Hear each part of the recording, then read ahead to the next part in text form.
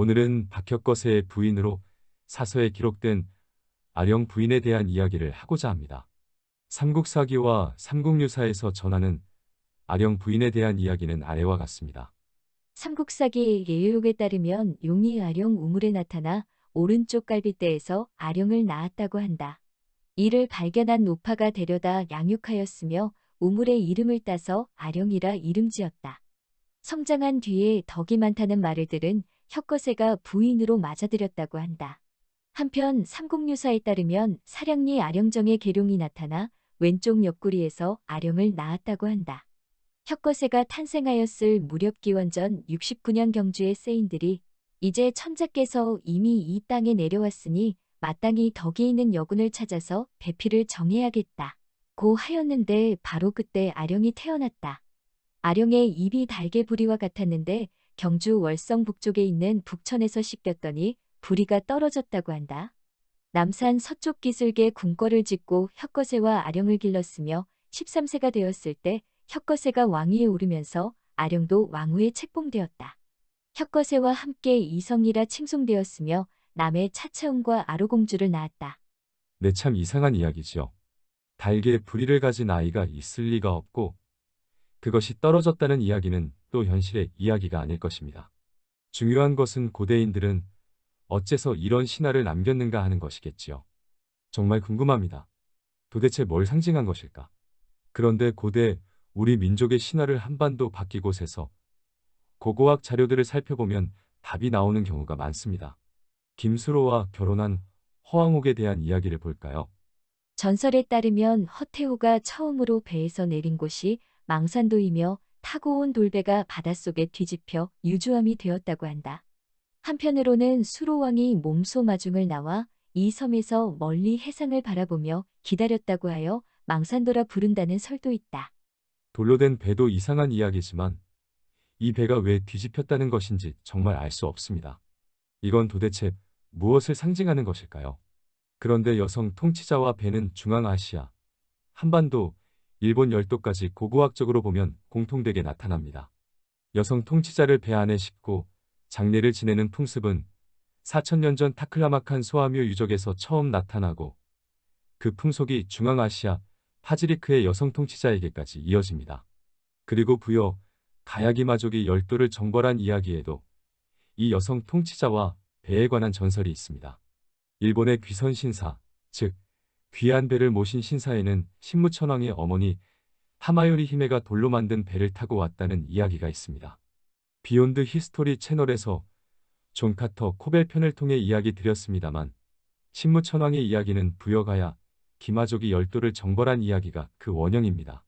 가야의 황후 허왕욱의 전설에 돌로 만든 배가 있고 열도를 정벌한 가야인의 이야기, 신무천왕 동정기에도 돌로 만든 배를 신화의 요소로 가진 신무천왕의 어머니, 즉 열도, 가야의 모태와 돌로 만든 배가 연결되어진 이야기가 나오는 것이죠. 그리고 중앙아시아 타클라마칸 소아묘 유적에서는 여성 통치자를 장례를 지낼 때 실제로 배를 뒤집어서 장사를 지냈습니다. 중앙아시아와 열도의 중간 지역 가야, 그 가야의 어머니 허왕옥의 이야기는 중앙아시아와 열도의 이야기를 모두 포함하고 있습니다. 실제 중앙아시아에서 여성을 장사 지낼 때의 배를 뒤집어서 장사를 지냈습니다. 그리고 돌로 만든 배는 비유가 아니라 실제로 가야 세력과 관련해서 실제로 존재했던 것입니다. 그렇다면 혹시 박혁거세의 부인 아령의 입술에 있던 닭부리가 떨어졌다는 이야기도 고고학 자료를 통해서 그 실체를 파악할 수 있지 않을까요?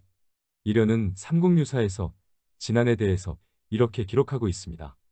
후한서에 이르기를 지난해 늙은이들이 스스로 말하기를 진나라 망명자들이 한국으로 오매 많이 동쪽 지역 땅을 떼어주었다.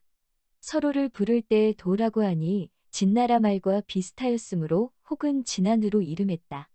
12개 작은 나라가 있어 각각 1만 호로서 나라를 일컬었다. 라고 하였다. 또 죽사국에 다다랐다.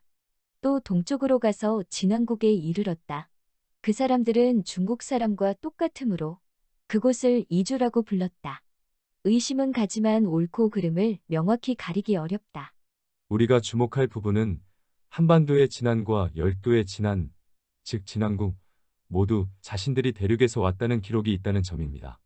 물론 진안 사람들이 중국 진나라 지역에서 왔다고 해서 진안 사람들이 중국인이라는 이야기는 아닐 것입니다.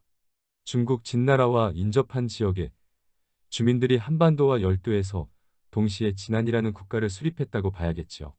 그렇다면 아까 허왕옥 이야기의 수수께끼가 고고학 자료들을 통해서 풀렸듯이 이 아령 부인의 닭부리가 떨어졌다는 이야기 역시 같은 방법으로 풀어볼 수 있지 않을까요?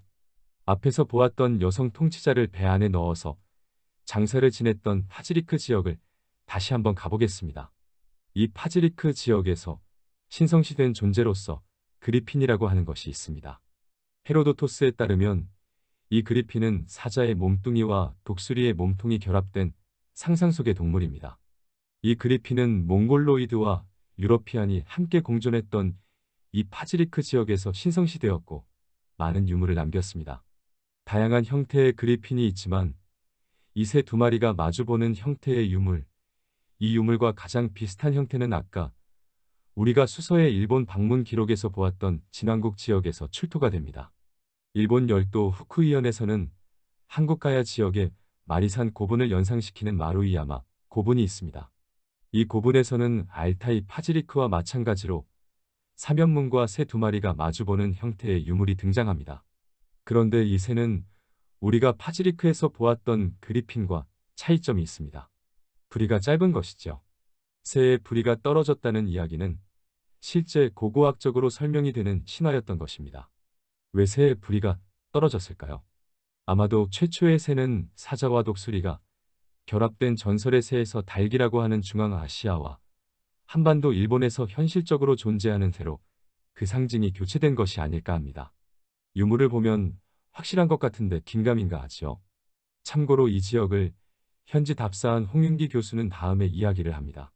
우리 조상은 아득한 옛날 신라에서 이곳으로 건너온 왕손들이라고 주장하는 일본 이즈모 사람들은 조상 임금님은 큰 알에서 태어났고 왕비는 입모양이 닭의 부리처럼 생겼다.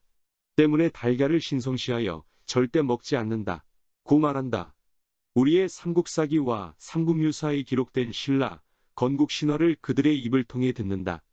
지도를 펼쳐보면 한국과 일본 두 나라는 동해의 바다를 사이에 두고 서로 마주본다.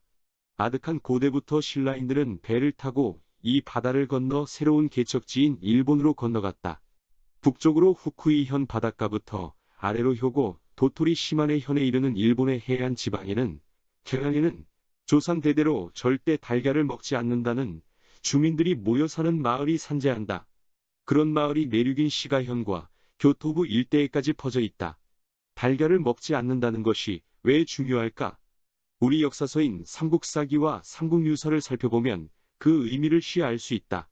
박혁거세는 나정 우물터의 큰 알에서 탄생했고 알령 왕비는 알령정 우물터에서 탄생했다고 전한다. 왕족 김알지 역시 위인들과 닭의 연고지역인 계림에서 태어나 계림은 이후 신라의 계곡 성지로 빛났다.